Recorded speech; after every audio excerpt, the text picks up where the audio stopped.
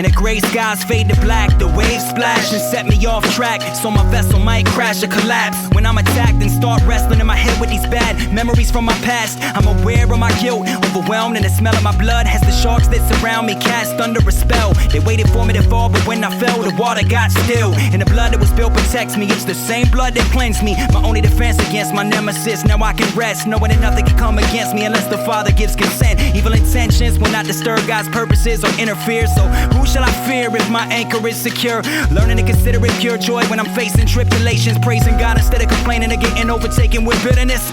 Looking at the pages of the book of James and seeing the ways that God works through the trials to make us more mature in our faith. It reminds me how desperate I am in this desert land, thirsty for your mercy and plan while you give me the strength to stand. You're my greatest pleasure, yeah, no matter the weather I face. Lord, you never forsake, my fragile life is safe under your sovereign grace. Anchor of my soul, you sustain.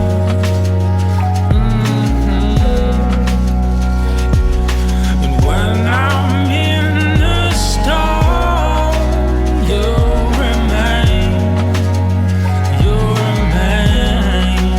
good to me. Good to me.